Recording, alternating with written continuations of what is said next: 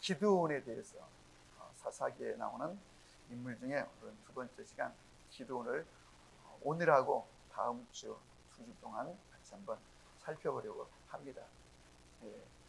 제목을 기드온 너는 큰 용사라 이렇게 써봤습니다. 부담스럽죠? 주님이 여러분들의 이름을 향해서 수병근 너는 큰 용사라 이렇게 말씀하시면 또 우리 양필영 선교사님 같은 경우는 양필영 너는 큰 용사라 그러면 어때요? 부담스러워요? 부담스럽잖아요. 자, 오늘 이 말씀이 우리 모두에게 축복의 말씀이 되기를 바랍니다. 아멘. 네. 기드온이 살고 있던 시대는 소위 사사시대입니다. 그러니까 왕이 없이 위기가 벌어지면 그때마다 하나님이 사사를 세워 나라를 이렇게 구원하시고 그렇게 이끌어가던 시대인데 하나님이 계획한 이 아름다운 사사시대가 하나님의 계획과는 달리 엉뚱한 쪽으로 흘러가고 있었는데 그것은 바로 이스라엘 백성들이 애굽에서 나온 구원의 감격과 약속의 땅 가나안으로 인도하신 하나님의 축복을 신앙으로 누리지 못하고 도리어 가나안 사람들에게 동화되어 가지고 그들이 섬기는 바알신, 아사라신, 우상 숭배를 하며 그들이 살아가고 있는 문화에 젖어 가지고 온갖 죄악 가운데 살아가므로 하나님께서 계속 사사시대 한 300여 년 동안 이스라엘 가운데 큰 고통과 어려움을 반복해서 주는 것을 보는데 그 가운데 이제 기드온이라는 사람이 살고 있던 그 시대에는 미디안이라고 하는 요단강 건너편에 있는 그 족속들이 와서 이스라엘을 쑥대밭을 만들고 그냥 시도 때도 없이 와가지고 또 여지없이 추수할 때 그리고 씨 뿌릴 때 이런 절기 때마다 와서 다 곡식들을 거둬가고 짐승들을 키워놓으면 다 빼앗아가고 그냥 빼앗아만 가지 않고 막 난리를 피우고 막 무너뜨리고 짓밟고 그렇게 했는데 사실 이러다 보니까 미디안만 그런 것이 아니라 힘을 하나도 갖고 있지 않은 이스라엘을 향하여 아말렉도 그리고 동방 사람들이라고 했는데 그 지역에 있는 사람들도 낙타를 타고 와가지고 다 빼앗아가고 쑥대밭을 만들고 돌아가고 해서 백성들이 살기에 너무 힘이 들었다는 겁니다. 그래서 오늘 이런 시대를 살아가고 있는 기드온이 자기 집에도 이제 타작을 해야 되는데 타작해놓으면 또 미디안 사람들이 다 빼앗아가기 때문에 이 포도주를 짜는 그 틀 속에 숨어가지고 그 속에서 이제 타작을 하고 있다가 오늘 하나님의 사자, 하나님의 천사, 하나님의 사자를 만나는 장면을 오늘 우리가 볼 수가 있습니다. 근데 이제 기드온만 그런 것이 아니라 우리가 읽진 않았지만 그 1절부터 보면은 미디안 사람들 때문에 이 이스라엘 백성들이 동굴을 만들고 웅덩이를 파고 그리고 어떤 바위 틈에서 이렇게 이제 숨기고 추수하고 또 타작하고 이런 일을 반복했다는 것입니다. 그러니까 백성들하고 똑같이 여느 백성들처럼 기드온도 지금 숨어가지고 들키지 않고 빼앗기지 않으려고 이제 타작을 하고 있을 때 하나님의 사자가 나타나 하나님의 사자는 곧 하나님을 뜻합니다. 그래서 오늘 성경에 보면 기드온이 주님 주님 고백하는 장면이 나오는데 갑자기 또 느닷없이 기드온에게 너는 큰 용사라 너는 가서 미디안의 손에서 이스라엘을 구원하라. 이렇게 말씀하자 기드온이 너무 놀래가지고 오늘 우리가 읽은 성경 가운데 뭐라고 말하냐면 나는 그런 인물이 못 됩니다. 15절에 보면은 내가 어떻게 이스라엘을 구원한단 말입니까? 나의 집은 므낫세 지파 중에서도 가장 약하고, 그리고 나는 우리 아버지 집, 우리 형제들 중에서도 가장 작은 부족한 자인데 어떻게 그런 일을 합니까? 그랬더니 하나님의 전사가 16절 그 얘기를 해. 내가 반드시 너와 함께하리니 너는 미디안 치는 것을 한 사람 치는 것처럼 그렇게 간단하게 해치우고 처리할 수 있다. 이렇게 말씀하시는 장면. 자, 오늘은 여러분과 제가 이 말씀을 중심으로 오늘 하나님이 이 시대를 살아가는 우리에게 무엇을 요구하며 어떻게 살기를 원하시는가. 그래서 오늘 제목이 너무 거창하고 부담스럽죠. 그런데 이 기드온을 향해서 외치신 이 말씀은 이 시대를 살아가는 여러분과 저 우리 모두에게 주시는 하나님의 음성으로 들을 수 있다면 그게 믿음인 것이고 그게 신앙인 줄로 믿습니다. 그래서 오늘이 몇 월 며칠이죠? 2024년 4월 28일이죠. 오늘이 여러분의 인생에 정말로 신기원이 되고 인생의 전환점이 되는 그런 역사적인 날이 되기를 주의 이름으로 축복합니다. 아멘. 오늘 이 기드온이 숨어서 탈곡을 하고 곡식을 이래 정리하다가 하나님의 천사를 만나 바로 이 날을 기점으로 기드온의 인생이 정말로 새로운 인생, 전혀 생각도 안 한, 한 번도 꿈꿔보지 못한 그런 인생을 살아가고 이스라엘을 구원하는 사사의 삶을 살았던 것처럼 여러분과 저에게 오늘 이 말씀이 우리 인생의 어떤 전환점, 터닝 포인트가 되는 그런 시간, 그런 말씀이 되기를 바랍니다. 오늘 왜 그런 기드온이 내가 어떻게 그런 일을 합니까? 우리 집안은 므낫세 지파에서도 가장 보잘것없는, 나는 우리 형제들 가운데서도 가장 작은 자인데 내가 어떻게 그런 일을 할 수 있습니까?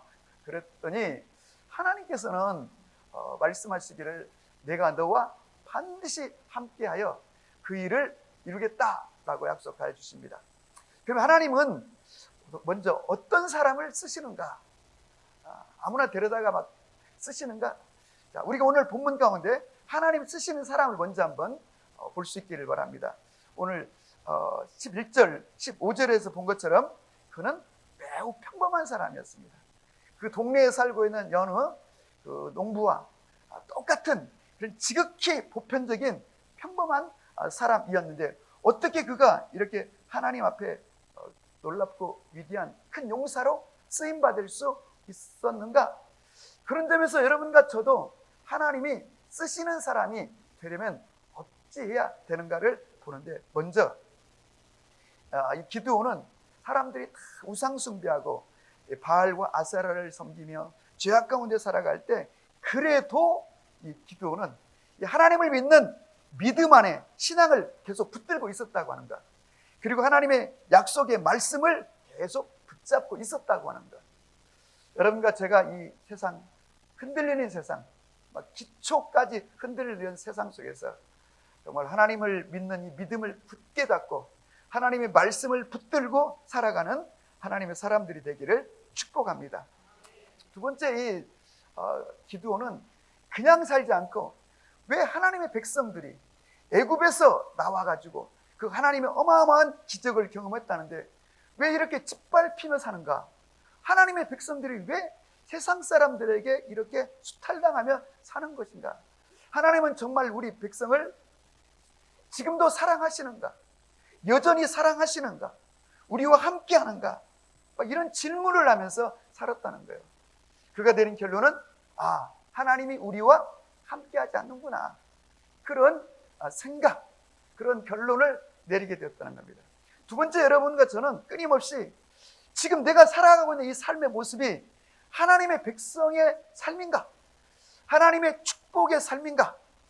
이 사명자의 삶이 맞는가? 여러분과 제가 이런 질문을 끊임없이 하며 살아가는 그런 삶이 되어야 될 줄로 믿습니다.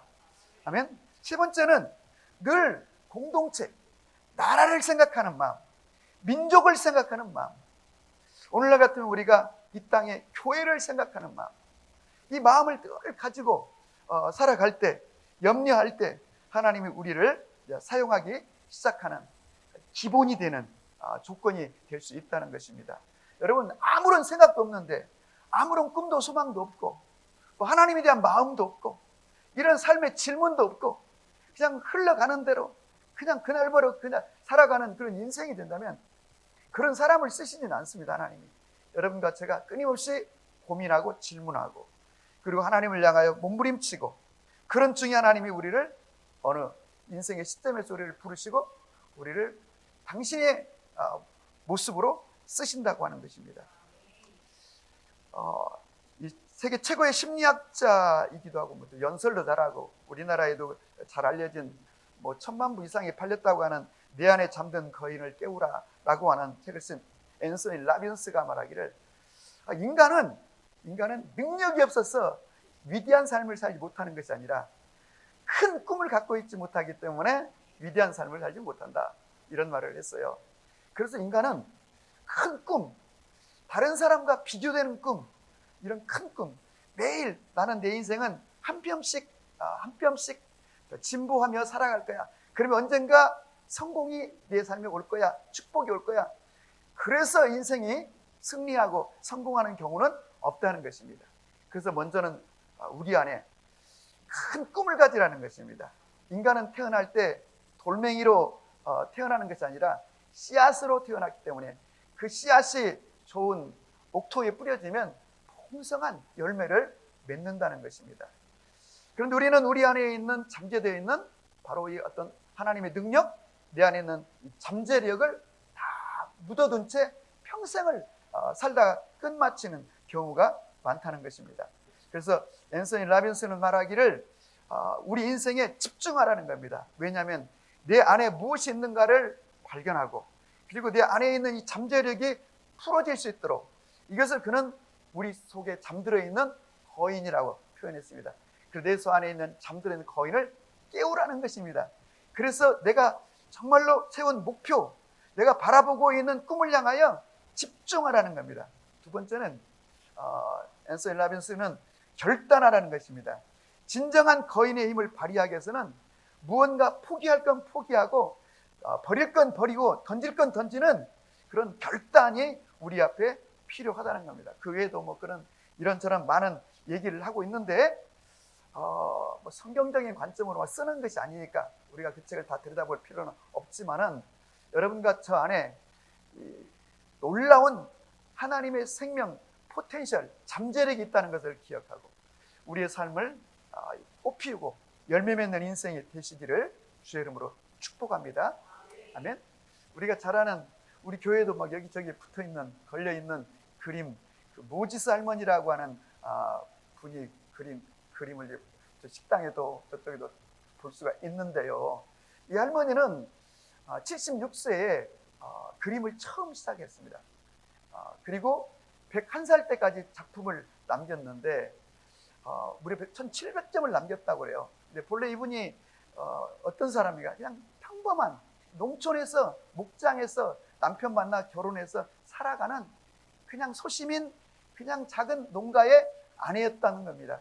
그래서 매주 이 우유로 버터를 만들어 가지고 이렇게 내다가 팔고, 또 감자칩을 만들어서 납품을 하고, 근데 그의 취미가 있었다면 그건 바느질, 뜨개질하는 거였는데 손가락에 관절염이 76세에 도져가지고 더 이상은 이제 뜨개질을 할 수 없게 되자 여동생이 그림 도구를 이렇게 사다 주었다는 거예요.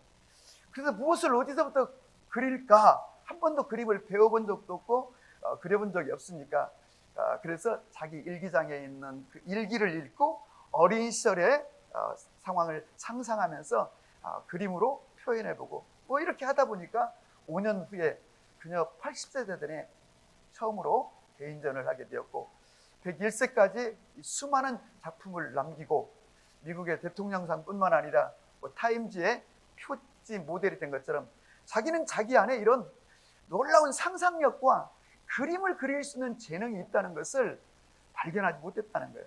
그런데 어느 날 이제 동생으로 인해서 시작된, 그러니까 감추어진 잠들어 있는 어마어마한 잠재력이 그녀 속에 있었는데, 이것이 어찌 모지스 할머니에게 뿐이겠냐 이 말이죠. 하나님은 모든 인간에게 각기 다른 다양한 독특성, 잠재력을 허락하여 주셨는데, 오늘 이 기드온이라는 사람은 그저 열심히 일하고 부지런히 농사짓고 또 가축을 길러서 살아가는, 그래서 상당히 기드온의 집은 잘 사는 집이었습니다. 그래도 그 어려운 그 시대에 종을 10명씩이나 두고 살 만큼 아주 열심히 살아가는 인생. 이게 인생이려니 그래도 우리 가정은 다른 집보다는 그래도 먹고 살만은 한 그런 가정이라고 생각했고, 그렇게 사는 것이 인생이라고 생각했는데, 어느 날 하나님이 찾아오셔서 기드온의 삶을 멈추게 하시고, 기드온에게 지금까지 살아왔던 삶과는 전혀 다른 새로운 차원의 삶을 살아가라고 오늘 부르시고 명령하시는 것을 볼 수 있는데, 이때 기드온의 반응은 나는 그런 일을 할 만한 사람이 못 됩니다. 그런 그 위치, 그런 사람이 아닙니다. 나는 결코 그런 일을 못합니다 라고 이렇게 이의를 제기하는 것을 보게 되는데, 그 이유는 기드온 속에 낮은 자존감. 그도 그럴 것이 기드온뿐만 아니라 그 시대의 모든 사람들이 계속 이렇게 착취당하고 압제당하고 수탈당하는 삶을 살다 보니까 모든 사람들이 이렇게 낮은 자존감, 그래서 하나님보다 이방신이 더 복을 주는 것 같고 이방신을 믿는 사람들이 더 잘 살고 좋아 보이고, 그래서 그들을 흠모하며 살아가는 이 낮은 자존감, 낮은 자아상. 다시 말하면 지금 자기의 모습을 현재 보이는 대로 살아가는 너무 초라한 자신을 보고 그가 하나님의 부르심에 응답하지 못하고 이의를 제기하는 것을 볼 수가 있습니다. 그리고 우리도 그럴 수 있습니다. 지금 내 처지가 보니까 나이가 몇 살인데 내가 뭐 가지고 있는 게 있나, 뭐라도 하려면 뭐가 있어야 되는데 뭐 내가 무슨 스펙이 있나, 뭐 아무것도 없는 내가 무엇을 어떻게 할 것인가 라는 이런 낮은 자존감과 낮은 자아상을 갖고 있을 수 있는데, 하나님은 네가 가지고 있는 게 아니라 네 속에 거인이 큰 용사가 들어있다는 것입니다. 그리고 너는 그래서 큰 용사가 앞으로 될 것이라는 겁니다. 그건 하나님이 함께하기 때문에 가능하다는 것입니다. 여러분과 저도 이런 눈이 띄어져야 이 놀라운 일을 하게 되는 것입니다. 두 번째는 지금 자기의 이 초라한 모습과는 달리 하나님이 주신 사명이, 소위 비전이 너무 큰 걸 주신 거예요. 너무 커. 그러니까 이거 감당할 수가 없다고 생각한 거죠. 그래서 우리가 성경을 읽다 보면 성경에는 너무 막 어마어마한 얘기만 있어요. 엄청난 얘기들이 막 있는 거예요. 목동이었던 다윗이 뭐 골리앗을 때려 죽이고 이스라엘의 왕이 되었다는 뭐 이야기에서부터 뭐 이런 그 하나하나가 너무 엄청나게, 그래서 나와는 상관이 없는 것처럼 그렇게 여겨질 수 있다는 것인데, 하나님은 우리가 그런 사람이 될 수 있다는 건데, 그 이유는 사실 알고 보면 다윗이 목동이었으나 그가 위대한 이스라엘 통일왕국의 왕이 된 것은 그가 뭘 많이 가지고 있어, 스펙이 좋아, 그의 능력이 있어서가 아니라 하나님이 다윗과 함께 했기 때문이고, 다윗 안에 있는 흉흉한 하나님을 향한 그 순수하고 온전한 믿음이 있었기 때문에 하나님은 그걸 통하여 다윗을 사용하여 주셨다는 겁니다. 그래서 우리는 내가 어떤 것을 많은 걸 쥐고 있기 때문에 나를 쓰시는 것이 아니라, 하나님은 내 안에 있는 중심, 그리고 내 안에 있는 어떤 잠재력, 심지어는 나도 그 잠재력을 다 모를 수 있습니다. 그런데 우리가 하나님 앞에 뜻을 정하고 나가면 내 안에 있는 잠재력이 풀어지고 흘러나오게 될 것입니다. 그래서 지금 자기의 이 모습 처지와는 달리 하나님이 주신 비전과 꿈이 너무 컸기 때문에 그는 거기에 반응할 수 없었고 결단할 수 없었고 나설 수 없었던 것이죠. 아무리 설교를 해도 그냥 들을 때는 아멘 아멘 하지만 지금 저 메시지는 나하고는 상관이 없고 나는 그런 일을 해낼 인물이 못 된다고 생각하시는 여러분은, 아까 그 모지스 할머니의 예를 보아도 오늘 기드온 지극히 평범한 사람인데 이 사람이 위대한 하나님의 사사로서 미디안 13만 5천 명을 격파하고 나라를 위기에서 구원한 그런 위대한 인물이 된 것이 남의 이야기가 아니라는 겁니다. 헨리 블랙카비는 하나님을 경험하는 삶에서 이런 얘기를 하십니다. 하나님은 당신을 부르셔서 하나님 없이는 결코 할 수 없는 사명을 감당하게 하신다. 여러분과 저를 하나님 부르셔가지고 내 힘으로 어떤 하나님의 영광을 드러내라는 게 아니라 하나님 없이는 감당할 수 없는 그런 일을 맡기신다는 거예요. 이게 굉장히 중요한 말이죠. 하나님 없이는 감당할 수 없는 일이라고 하는 것은 하나님이 그 일을 이루신다는 것이 뜻도 되지만, 하나님은 우리에게 사명을 맡길 때 그냥 별 볼 일 없는 그냥 별거 아닌 내가 노력만 해도 이루어질 수 있는 그런 일을 맡기는 게 아니라 하나님 없이는 안 되는 일을 맡기신다는 게 본래부터. 그러니까 우리는 하나님 우리에게 어떤 사명, 꿈을 주실 적에 뒤로 이렇게 뒷걸음질 칠 수밖에 없는 거죠. 왜? 내가 나의 형편과 처지, 지금의 모습을 보면 이런 일을 나는 할 수 없다고 판단되기 때문이라는 거죠. 뿐만 아니라 여러분, 하나님은 하나님의 부르심 앞에 서게 될 때 인간의 힘으로, 내 힘으로 할 수 없는 것들을 맡기시는데 왜 그렇게 큰 일을 맡기시는가? 본래 하나님은 스케일이 크신 분이기도 하고, 사람이 사람의 힘으로 이룰 수 있는 일을 우리한테 맡기는 것이 아니라 사람의 힘으로는 이룰 수 없는 일을 맡기심으로써 하나님 당신을 드러내기를 원하시고, 하나님이 어떤 분인가를 드러내 그 영광을 취하시기를 원하신다는 것입니다. 아멘. 근데 이게 변곡점, 단계를 뛰어넘는 것, 이것은 이제 믿음일 터이고 하나님의 계시일 터이고 하나님의 은혜일 터인데, 키에르케고르는 이 우리의 하나님 안에서의 삶은 어느 시점에 비약이 일어나야 된다는 겁니다.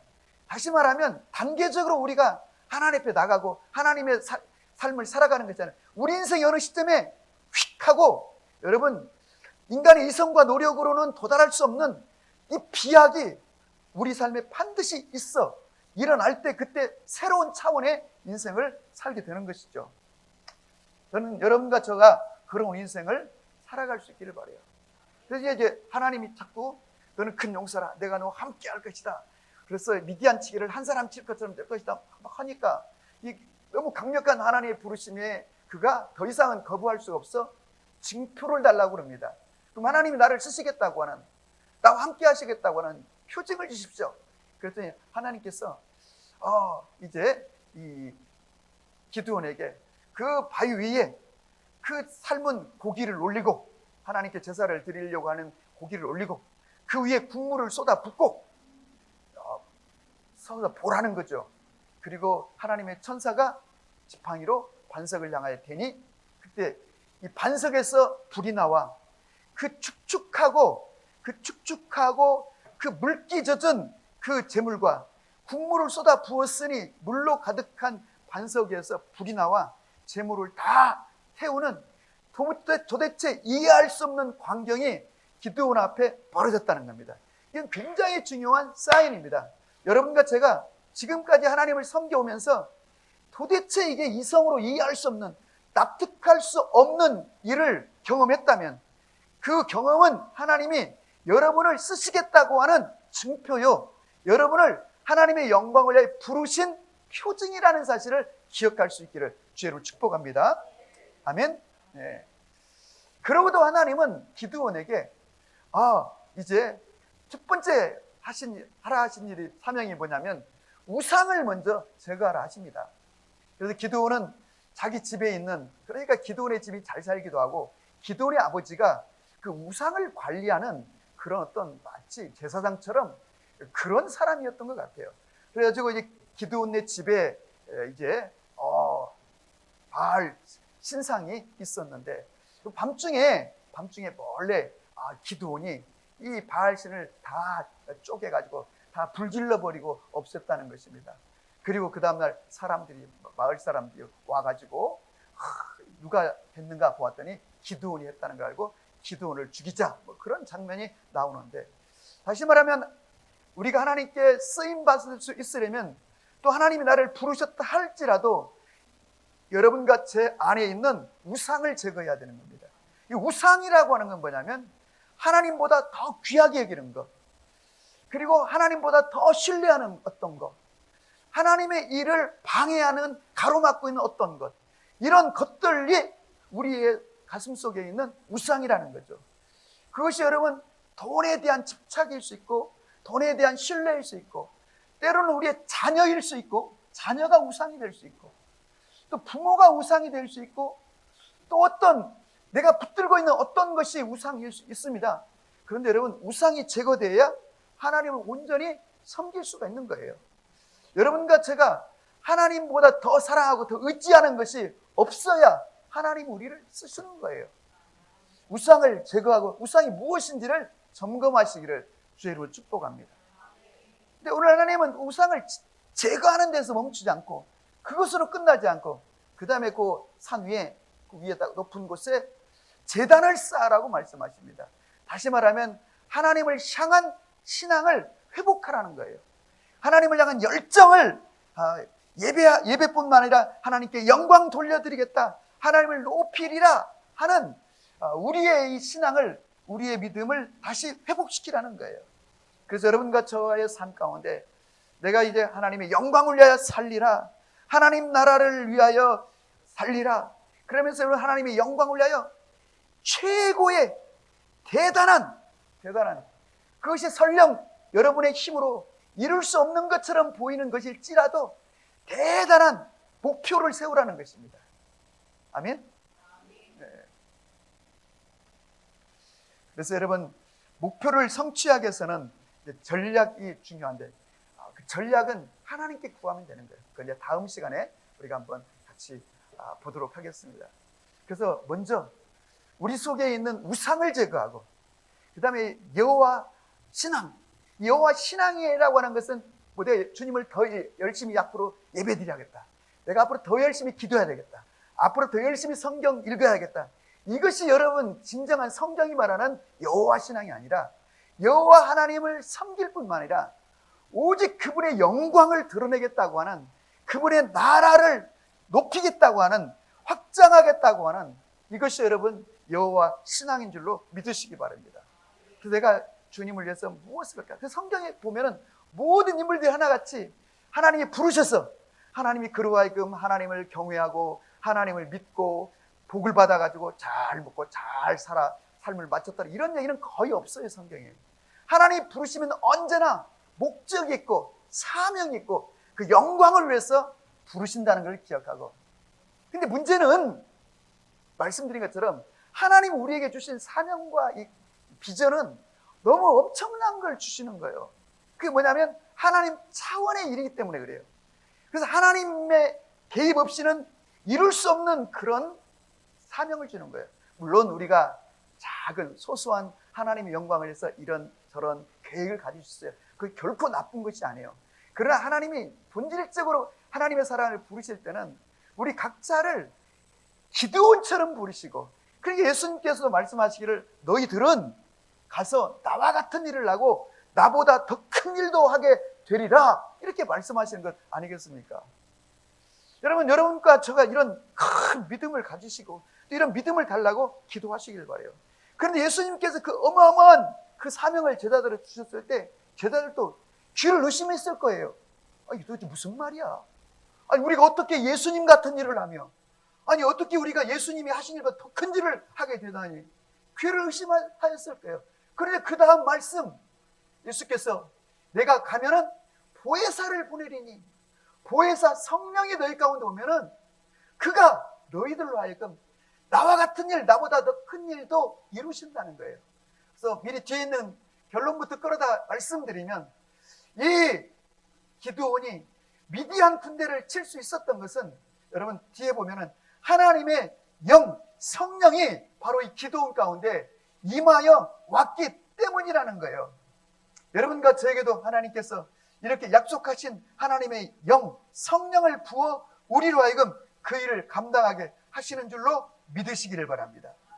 34절의 말씀입니다.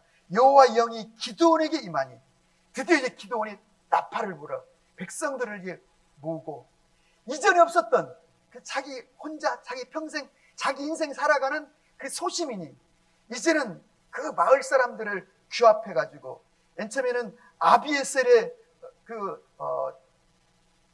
마을 부족들이 모여들고, 그 다음에는 므낫세 지파가 오고, 그 다음에는 아셀 지파가 오고, 그 다음에 스불론 지파, 납달리 지파가 모여 들어가지고, 다시 말하면 기드온 속에 상상도 못했던 엄청난 리더십이 막 발현되더라는 겁니다.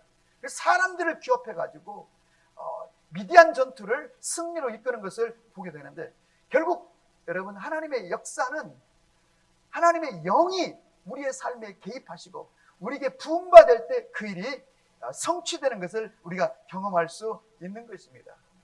아멘. 이제 결론을 한번 가볼까요?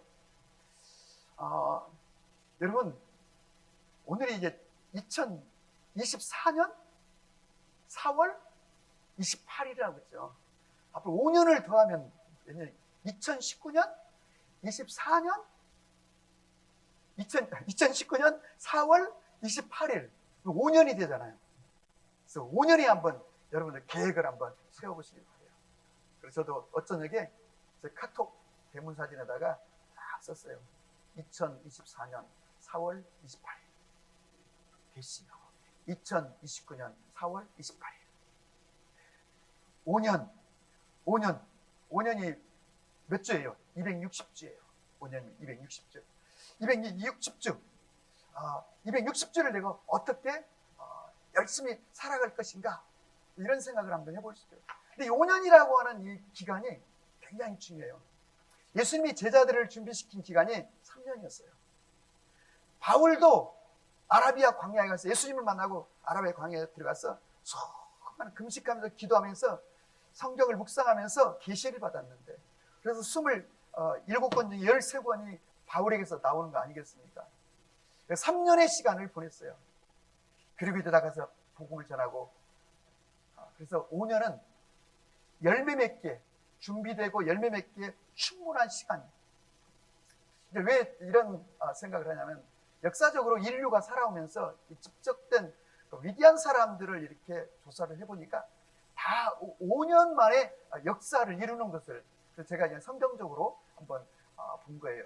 예수님이 제자들이 3년 같이 했지만 오락가락했잖아요. 근데 성령이 이제 딱 드디어 임하고 나가서 사역을 하면서 했는데 5년이면 충분.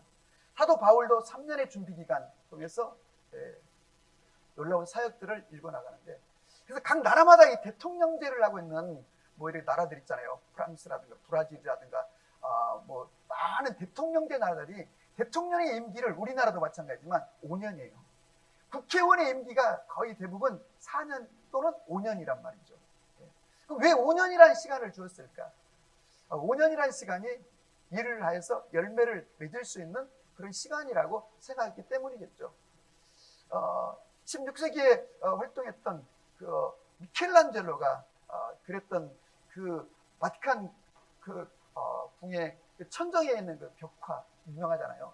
33살에 그리기 시작했습니다. 33살에 그린 그 천지 창조를 비롯해서 노아의 홍수, 최후 심판, 이런 성경 전체의 그림을 길이가 40m, 폭이 13m, 21m 높이의 천정에 있는 그림을 조수 한 명 없이 혼자, 정확히는 4년 6개월, 5년에 걸쳐서 그가 그 그림을 완성시켰다는 거예요. 그래서 5년이라고 하는 시간은 한 인간이 이 땅에 살아가면서 무언가를 할 수 있는 굉장히 중요한 시간이다. 그렇게 이제 우리가 생각해 볼 수가 있는 것입니다. 여러분, 미켈란젤로 이런 말을 했습니다. 내 가슴 속에 밀려드는 사랑과 함께 아름다운 빛을 경험한다면 그 가슴에 불을 지르고 끝나지 않을 때까지 나를 태우리라. 내 눈에서 빛이 뿜어져 나오는 그 순간을 어떻게 기꺼이 즐기라. 이런 얘기들을 했는데, 다시 말하면 무언가에 탁 꽂혀가지고 5년 동안 집중하며 불태우면 당신의 5년 후의 삶은 전혀 다른 인생이 될 수 있다는 것이죠.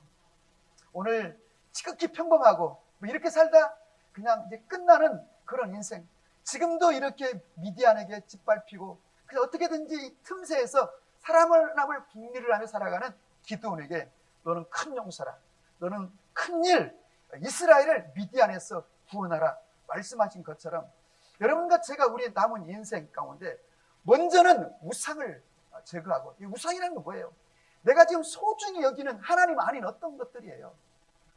이것만 있으면 내 노후가 그래도 평안하고, 이것만 있으면 그래도 안전하고, 이것만 있으면 이라고 하는 하나님 아닌 어떤 의지하고 있는 것을 내 마음에서 밀어내고, 하나님이 내 중심에 딱 서서 오늘 그 산 꼭대기에다가 제단을 세우라고 말씀하신 것처럼, 내가 어떻게 하나님의 영광을 위해 살아갈까? 하나님의 나라를 어떻게 확장할까? 이런 큰 작은 꿈이 아니라 내 힘으로 할 수 없는 큰 꿈을 주님이 주신 그 믿음의 분량을 가지고 한번 만들어 보시기를 주의 이름으로 축복합니다. 그래서 여러분과 제가 5년 동안 목숨을 걸고 모든 에너지를 집중할 만한 내 일생일대의 한번 프로젝트를 한번 오늘이 가기 전에 한번 글로 적어보고 주님 앞에 고백해보는 그런 시간이 되었으면 어떨까 싶습니다.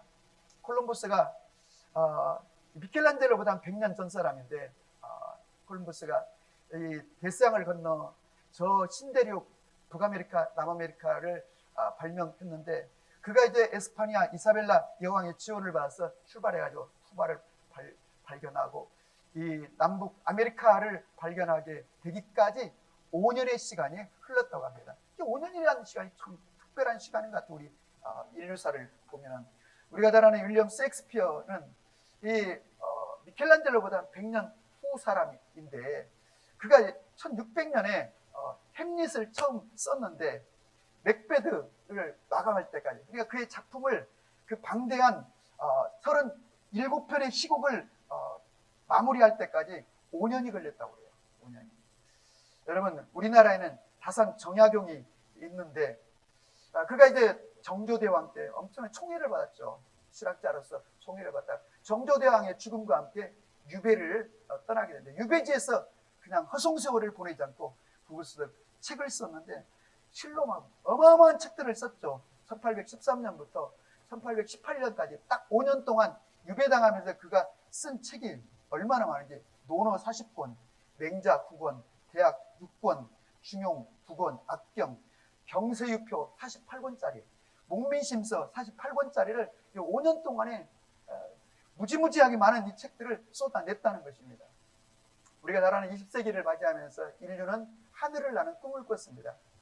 우리가 잘 아는 대로 라이트 형제가 처음으로 하늘을 나는 꿈을 꿨고, 본래 그들은 자전거를 수리하면서 살아가는 그냥 아주 시골의 평범한 자전거 수리공 형제였습니다.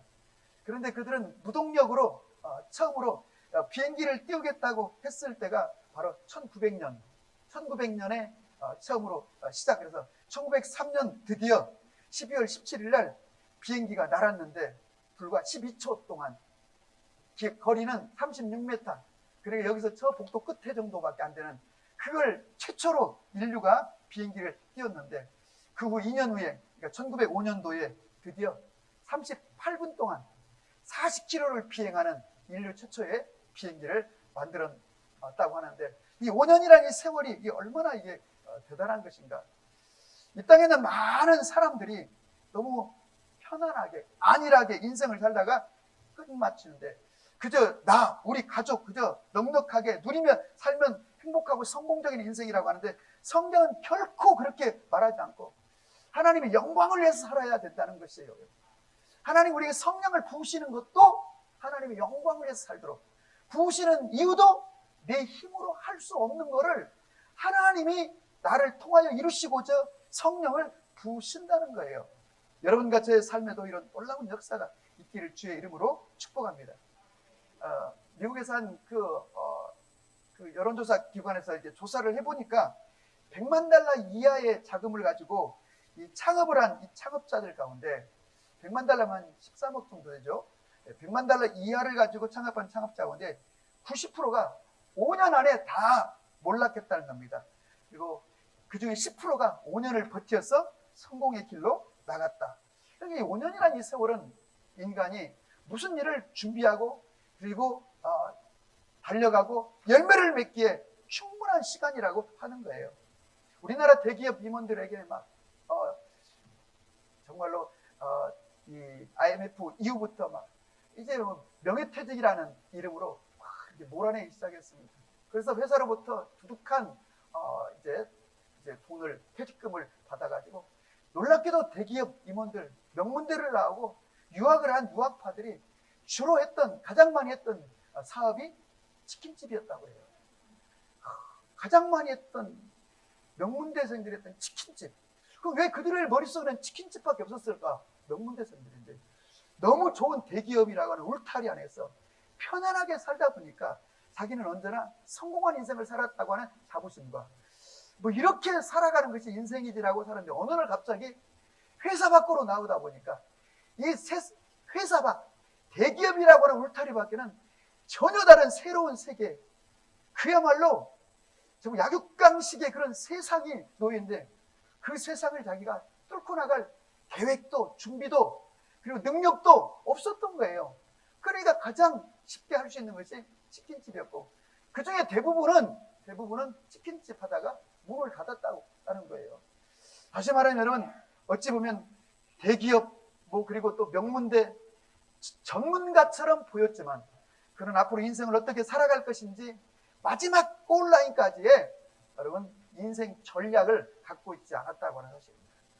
여러분같이 오늘 이 아침에 나는 그럼 내 인생을 어디까지 가서 어떻게 마칠 것인가에 대한 전략을 갖고 있는 것인지, 지금 나는 어떤 상황에 대해 돌파하고 뚫고 나갈 수 있는 전략이 있는지, 나는 앞으로 남은 생을 지금 어떻게 살려고 하는 건지, 그리고 5년 후에 나는 지금 어디쯤에 서 있을 것인지, 5년 후에 나의 모습은 어떤 모습일지를 우리가 냉정하게 생각해 본다면 우리의 마음은 심각해질 수 있습니다. 근데 많은 사람들은 그 5년 후, 10년 후에 자신의 모습과 직면하기를, 마주하기를 부담스러워하고 자꾸 잊어버리려고 해요. 그러나 여러분, 그 결과는 참혹할 수 있다는 것이죠. 여러분, 오늘 왜 그 대기업에 있는 사람들이 이렇게 나와서 치킨집을 그토록 많이 하는 것인가? 그들은 상상력의 부재, 다양한 생각, 상상력의 부재. 두 번째는 어떤 준비 부족, 융합 능력에 대한 부족. 새로운 세계를 어떻게 살아갈 것인지 전혀 준비하고 있지 않다가 갑자기 나와가지고 할 수 있는 것은 치킨집밖에 없는 새로운 세상을 준비하지 못했다. 지금 우리가 살아가고 있는 세상이 무서운 속도로 바뀌고 있습니다. 4차 산업혁명이다 해가지고 말한 지가 불과 5, 6년 전인데, 7, 8년 전인데 벌써 우리는 이미 4차 산업혁명 시대를 살고 있고 그때 말했던 많은 것들 우리의 삶에 지금 와 있고 계속 지금도 역사는 무서운 속도로 진화하고 있다고 하는 것들을 보면서 새로운 세상을 어떻게 살아갈 것인가를 생각해 봐야 되고, 또 그들이 그렇게 치킨집밖에 할 수 없었던 것은 예측 능력의 부족, 앞으로 어떤 세상이 전개될 것인지, 자기의 삶은 어떻게 될 것인지를 예측하지 못했고, 또 그건 다른 말로 하면 대처 능력의 부재, 그 상황을 적절하게 대처할 수 있는 능력, 또 다른 말로는 위기관리 능력, 이런 것들이 부족했고, 또 4차 산업혁명 시대의 키워드라고 말한다면 융합 능력이 없었던 것이죠. 이런 것들을 통틀어서 새로운 삶을 풀어낼 수 있는, 이런 여러분과 제가 정말로 이 변화하는 세상 속에서 변화에 끌려가는 사람이 되지 않고, 두 번째, 변화에 대응하는 사람을 넘어 대응이 아니라 변화를 주도해 갈 수 있는, 연세 드신 분들 오늘 아침에 앉혀놓고 제가 지금 무슨 소리를 하고 있는지 나도 모르겠어요. 근데 이런 얘기를 그냥 우리가 허투루 이건 젊은 친구들이 하는 얘기라고 생각하면 안 되는 거죠. 모지스 할머니는 아까 말씀드린 76세에 그림을 시작했다는 거 아니에요. 101세까지 1700점의 그림을 남겼다는 거 아니에요. 그게 무슨 모지스 할머니 얘기만이 아니죠. 성경에서 보면 이 모세는 120세에 죽을 때 늙어 죽은 게 아니라 그는 여전히 기력이 쇠하지 않고 눈이 흐리지 않았다고 하는 거. 85세였지만 갈렙은 나는 여전히 45년 전이나 지금이나 똑같아. 전쟁에 나갈 수 있는 사람이라고 말했던 것처럼, 여러분 지나치게 나이, 지금 상황, 오늘 기드온이 지금 내 처지, 지금 숨어가지고 웅크리고 타락하고 있는 자기의 처지, 지금 이런 상황, 이런 걸 따지면 아무것도 할 수 없죠. 오직 우리가 봐야 될 건 하나님의 부르심이 있는가, 하나님 나를 부르시는가, 하나님 나를 쓰기를 원하시는가, 하나님을 나를 사용할 것인가? 이 부분을 놓고 씨름하고 주님이 나를 쓰시겠다고 하시면, 주님이 나를 부르셨다고 한다면, 그때는 앞뒤 가리지 말고 전략은 주님께서 주실 것이고 능력은 성령께서 주실 것이고, 그러니까 우리의 삶을, 내 인생을 던져. 우리가 너무 길게 보지 말고 한 5년 정도 그냥 한번 집중해서 우리가 열정을 쏟아붓는다면, 여러분 저도 그렇게 하겠습니다. 여러분과 저도 이 공동체와 함께 그리 할 수 있기를 주님의 이름으로 축복합니다. 아멘. 워싱턴, 샌프란시스코, 시카고, 볼티모어 이런 도시 설계를 했던 이 다니엘 베나미 말하기를, 작은 계획을 세우지 마십시오. 작은 계획은 사람의 피를 끓게 하는 힘이 없습니다. 보다 큰 계획을 세우고 원대한 소망을 세운 후에 일을 하십시오. 그랬습니다. 나머지는 우리 주님께서 채워주시고 밀어주실 것입니다. 정말 내가 남은 인생 가운데 꼭 이루고 싶은 어떤 꿈, 일생에 한 번쯤 도전해보고 싶은 그 꿈, 내 남은 삶을 불태우고 싶은 프로젝트가 무엇인가를 주님 앞에서 성령의 이끄심을 따라서 여러분 점검하시고 기도하는 중에 5년 260주 1825일 그리고 43,800시간이라고 하는 이 한 시간 한 시간을 우리가 5년 동안 정말 집중하면서 나가면, 여러분 성령이 우리를 도우시고 우리로 하여금 놀라운 일을 하게 하여 주실 뿐만 아니라, 오늘 34절에 있는 것처럼 기도원에게 드디어 하나님이 영을 부어 평범한 그로 하여금 하나님 차원의 일을 감당할 수 있도록 하신 것처럼, 여러분과 저에게 하나님의 영을 부어 하나님 차원의 일을 하다가 우리의 삶을 끝마치는 그런 인생이 되기를 주의 이름으로 축원합니다. 아멘. 할렐루야. 네, 오늘 그냥 회전물기 하지 마시고 오늘 가면서도 기도하시면서 진지하게 주님 앞에, 그래서도 이제 새벽 2시까지인가 아무튼 책 읽으면서 설교 준비는 안 하고 책 읽으면서 이렇게 진짜 내가 남은 인생 5년을 어떻게 불태우고 어떻게 집중해야 될 것인가 하고, 그리고 이제 적어서 보고 또 기도하고. 이거는 결국 주님이 성령으로 계속 동기부여를 해주셔야, 왜 시간이 가면 희미해지고 낙심하고 그 결단이 약화되거든요. 계속 성령께서 기름 부으셔서 다시 말하면 자동차의 연료가 떨어지지 않아 계속 갈 수 있는 것처럼 우리가 목적지에까지 이르도록 하나님이 우리를 도와주실 것입니다. 하나님은 특정인 기도원만을 쓰시는 것이 아니라 오늘 이 시대를 살아가는 여러분과 저 그리스도인 모두에게 너는 나와 같은 일을 하게 되고 나보다 더 큰 일을 하게 되리니 이는 내가 아버지 댁에 가면 아버지의 보이사 성령이 오시기 때문이라고 하신 이 놀라운 아주 단순한 이 원리를 붙들고 여러분들과 기도하면서 말씀 붙들며 하나님의 영광이라고 하는 기치를 들고 우리 남은 인생을 불살 때, 그때 하나님 우리를 도우시는 거지. 내가 나의 배불리고 우리 가족 행복을 위해서 열심히 살고 한 뼘 한 뼘 더 넉넉하고 보다 나은 삶을 향해서 가다 보면 더 큰 성공이 올 거라고 생각하시는 그런 얄팍한 우리의 생각을 내려놓고 좀 큰 꿈을 꾸고 큰 그림을 가지고 주님의 자신을 한번 던져보시기를 주님의 이름으로 축복합니다.